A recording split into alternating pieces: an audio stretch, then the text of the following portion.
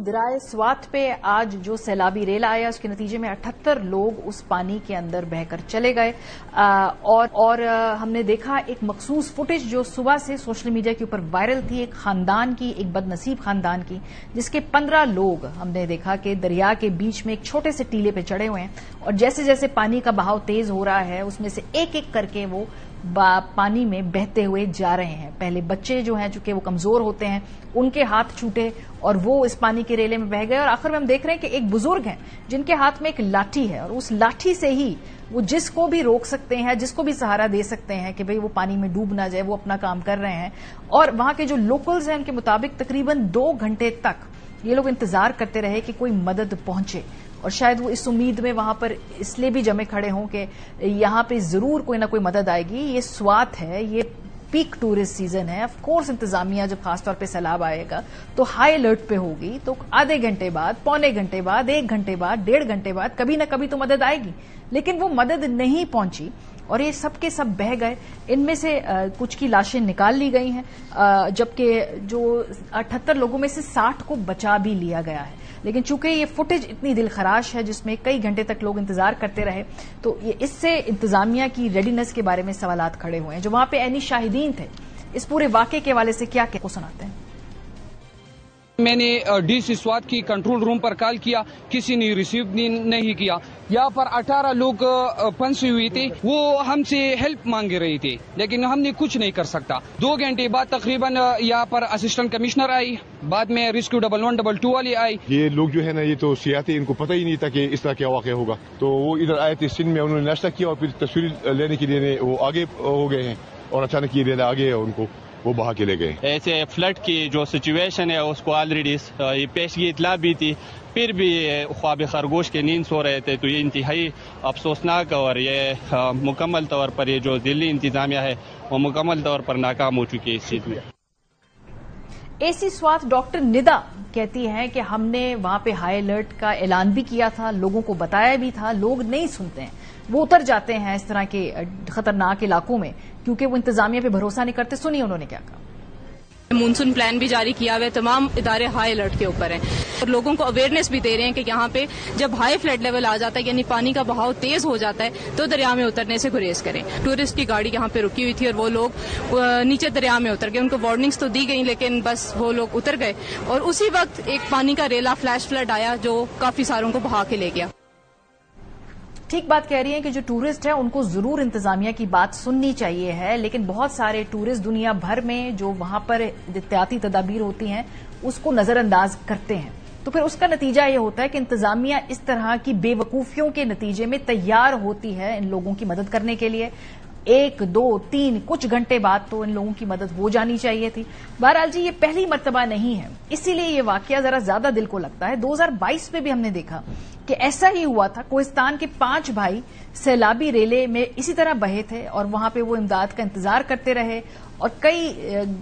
घंटे तक वो जब इमदाद नहीं पहुंची तो वो विजुअल्स भी हैं, मैं वो फुटेज चलाना नहीं चाह रही, वो इससे भी ज्यादा डिप्रेसिंग है। तो 2022 के बाद हमने क्या सीखा कि 2025 में भी यही हो रहा है। प्रोग्राम के सिलसिले में हमारे साथ शहजाद महबूब साहब हैं, डिप्टी कमिश्नर स्वात, बहुत शुक्रिया हमें ज्वाइन करने के लिए। हमारे नुमाइंदे जियाउल हक हैं, ब्यूरो चीफ पेशावर के, चूंकि वो वहां पर मौजूद हैं, स्वात स्पेशली गए हैं। क्विकली जिया आपसे अपडेट लें, मुझे पहले थोड़ा सा बताइए कि ये मुतजाद इतलात हैं। कुछ लोग कह रहे हैं कि जी जब ये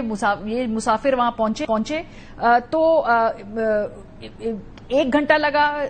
1 घंटे बाद ऐसा हुआ, कुछ कहते हैं कि 2 घंटे तक इंतजार करते रहे, कुछ कहते हैं कि इससे ज्यादा इंतजार करते रहे। इस टीले के ऊपर जो मिट्टी का है ये कितनी देर इंतजार करते रहे, वहां मुकामी लोग क्या कहते हैं?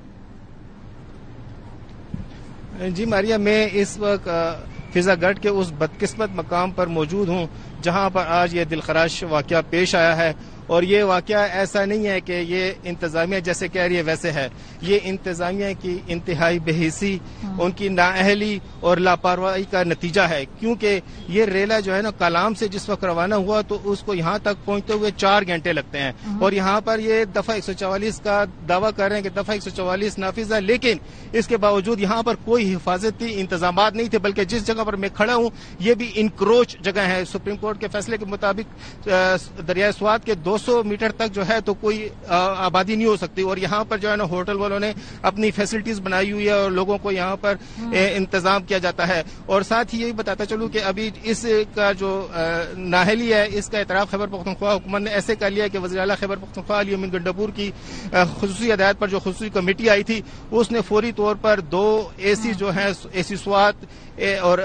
2 اے سیز کو اور 1 اے ڈی سی اور ایک جو ہے تو ریسکیو کا جو ہیڈ ہے اس کو جو ہے تو معطل کر دیا ہے، اور جو ان کے ترجمان فراز مغل ان کا بتانا ہے کہ ابھی ڈپٹی کمشنر اور کمشنر کے حوالے سے بھی تحقیقات جاری ہیں، ان کے حوالے سے بھی آج رات تک کوئی فیصلہ متوقع ہے۔ لیکن یہ جو ہے واقعہ جو ہے اس واقعے میں جس طریقے سے بتایا جا رہا ہے کہ ٹوٹل 78 لوگ اس سے متاثر ہوئے ہیں، 8 مقامات پر اس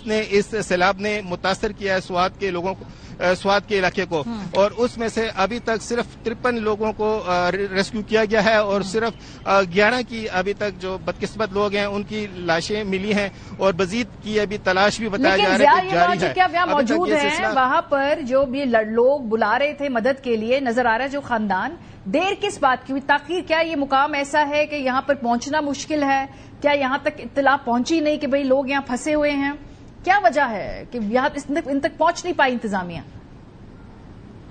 انتہائی مذاق خیز بات ہے۔ ریسکیو کی ٹیم یہاں پر آئی تھی، اور یہاں پر جب آئی تو انہوں نے جب یہ دیکھا سلسلہ تو ان کا یہ کہنا تھا کہ ہمارے پاس جو ہے تو جو بورڈ ہے، ایک ربڑ بورڈ ہوتی ہے، ایک فائبر کی بورڈ ہوتی ہے، اور یہ مقامی بورڈ ہوتی ہے، اس کا وہ تو موجود ہے، لیکن اس جو سیلاب ہے اس میں سے ان کو ریسکیو کرنے کے لیے بندوبست نہیں ہے۔ حالانکہ یہاں پر بتایا جا رہا ہے کہ ریسکیو کے پاس ایک اسپیشل گن ہوتی ہے جس کے ذریعے وہ اگر گن فائر کریں تو جو رسی ہے وہ جو درخت ہیں ان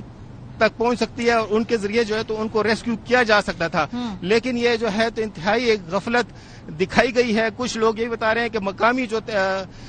تیراک تھے انہوں نے جو ہے تو کچھ لوگوں کو ریسکیو کیا ہے، جو زیادہ تر ریسکیو ہوئے ہیں تو وہ مقامی مختلف چلے ہمارے ساتھ شہزاد